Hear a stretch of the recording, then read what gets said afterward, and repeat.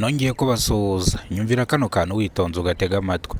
Nagiye kubona mbona umuntu ari inyuma yanjye n'umuhoro ntacyo dupfa nirukiye mu gihe kijya kuba gute mbona umuntu agiye gutema izosi nanze katema izosi mbita mpindukiza akaboko gutya inyuma bari katema mu gutema agiye gusubiza mu muhoro wa kabiri ndiruka ndamuhunga. Nta kibazo mwari mufitanye ni habe n'iki na kimwe ngewe.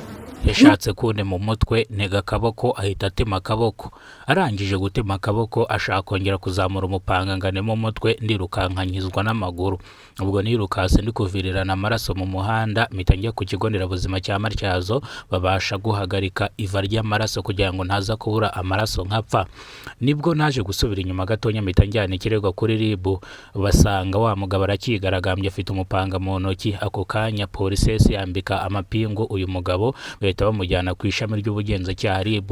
Ariko bamwe mu baturage bavuga yuko ibi biterwa n'inzoga zikunze kubera hano n'urugomo rukabije cyane, aho inzoga z'inkorano bamwe mu rubyiruko bazinywa bakishandika mu bikorwa by'ubugizi bwa nabi. Rero bamwe mu baturage bavuga yuko izi nzoga arizo zituma bano bantu bakora ibintu batabigambiriye. Bona umuntu yifata ku manywa y'ihangu agafata umuhoro agatema umuntu, ubwo se umutekano wabo hari n'uwoye?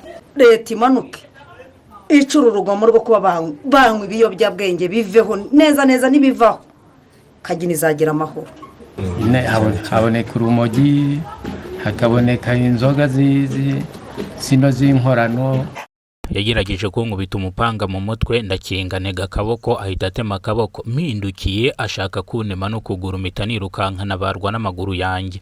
Ni mu karere ka Rusizi mu murenge wa Bweyeye mu kagari ka Matyazo, aho umugabo yafashe umupanga ashaka gutema mugenzi we ngo amukureho izosi. Mugenzi we arahunga arirukanka akizwa n'amaguru, ariko yirukase ari kuvirirana kubera ko bari bamaze kumuca ukuboko. Bamukase ukuboko ni kwavaho, ubwo amahirwe umupanga wamukubise wagize kuyigufa kugeza amagingo anga akaboko kiwe karacyameze neza.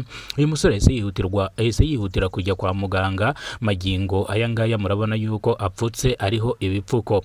Uyu musore yasobanuye uburyo ki byagenze, avuga yuko yarari ku isantere yicaye nta kibazo afite ategereje akazi, agiye kubona umuntu aturutse ara n'umupanga ashaka kumutema izosi arakwepa, ndetse agiye kongera gusubizamo ngo amuteme atega ukuboko kugira ngo amukate izosi. Birangira rero uyu musore yirukase akizwa n'amaguru ahita yihutira kujya ku ivuriro.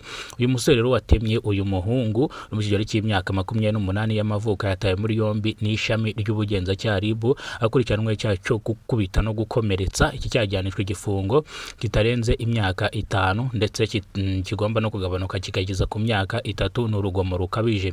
Bamwe mu baturage batuye mu kano gace bavuga yuko abangaba bashaka gutema bagenzi babo babanyweye ibiyobyabwenge, inzoga zitandukanye, kanyanga n'urumogi ndetse n'izindi nzoga zitemewe n'amategeko zituruka mu gihugu cy'u Burundi zikambuka bucora zarangiza zikagera mu Rwanda. Bano baturage rero bakazinywa. Bityo abaturage basabye leta ko yakwinjira mu kino kibazo cy'inzoga zituruka mu bihugu by'abaturanyi zikaza kwangiza urubyiruko rw'u Rwanda. Polisi y'u Rwanda ikorera mu kano gace ivuga yuko yafashe ibiyobyabwenge litiro zisanga 30 za kanyanga, ibiro 1500 by'urumogi. Ibi ngibi rero barabifasha, ababifatanwe barafunzwe batawe muri yombi. Bamwe mu baturage bavuga ko hari izindi nzoga z'inkorano zibangamye kandi zikunze guteza umutekano muke zitwa imimanurajipo sinzundongoye, dore yuko izi nzoga ngo zo zengerwa mu Rwanda ariko zikengwa mu buryo butemewe n'amategeko, ubwo bashyiramo alukoro zigiye zitandukanye nyinshi, ugasanga zangije abantu. Abazinyweye barazinyweye ako kanya bahise baturubura batubwenge, bamwe bakajya kwiba abandi bakajya gusambanya abana batuje imyaka y'ubukure. Bino rero abaturage bavuga bashimangiye ko izi nzoga z'inkorano nibatazica zizashiduka zimaze urubyiruko. Bamwe mu bayobozi batuye mu kano gace basabye abaturage kujya batanga amakuru aho zino nzoga z'inkorano ziri zigafatwa, kubera ko nta makuru ntago zafatwa, ahubwo bano baturage baba babizi ntibajye kubibwira ubuyobozi n'abafatanyacyaha. Bityo rero nibonye umuntu uri kurenga inzoga, uri gucuruza inzoga zitemewe n'amategeko, hamagara ubuyobozi baze bafate abari gucuruza inzoga z'inkorano. ni urugomo rero rukunze kubera hano mu karere ka Rusizi mu murenge wa Bweyeye mu kagari ka Matyazo. ni urugomo rw'isoresore abaho basore bitwa ngo n'abarembetsi. Abasore b'abarembetsi iyo bamaze kunywa basinze batangira guteza umutekano muke bagatangira no kurwana. Aba barembetsi rero bari gukorwaho iperereza kugira ngo hamenyekane nimba koko bano barembetsi aribo bazana ibiyobyabwenge, nimba ari nabo banywa ibiyobyabwenge bigatuma bakubita bakanakomeretsa.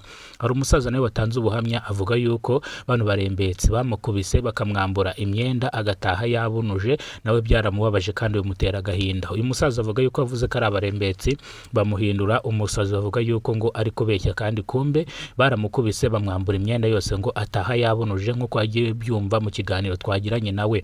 Uyu musaza avuga yuko bano barembetsi aribo bishora mu bikorwa by'ubugizi bwa nabi bwo kuzana ibiyobyabwenge bakanywa n'ibiyobyabwenge. Bino rero byatumye ubuyobozi bwinjira mwa kino kibazo butangira gukora iperereza, ariko uwatemye uyu musore mu kigero cy'imyaka 28 we yarangije gutabwa muri yombi n'ishami ry'ubugenzacyaha RIB akurikiranwe icyaha cyo gukubita no gukomeretsa. Ngayo nguko rero reka amakuru yacu tuyasubikire hano. Nimero bwa mbere ugeze ko no muyoboro kora subscribe ufungura inzogera uzajya umenya byinshi dukora umunsi ku munsi.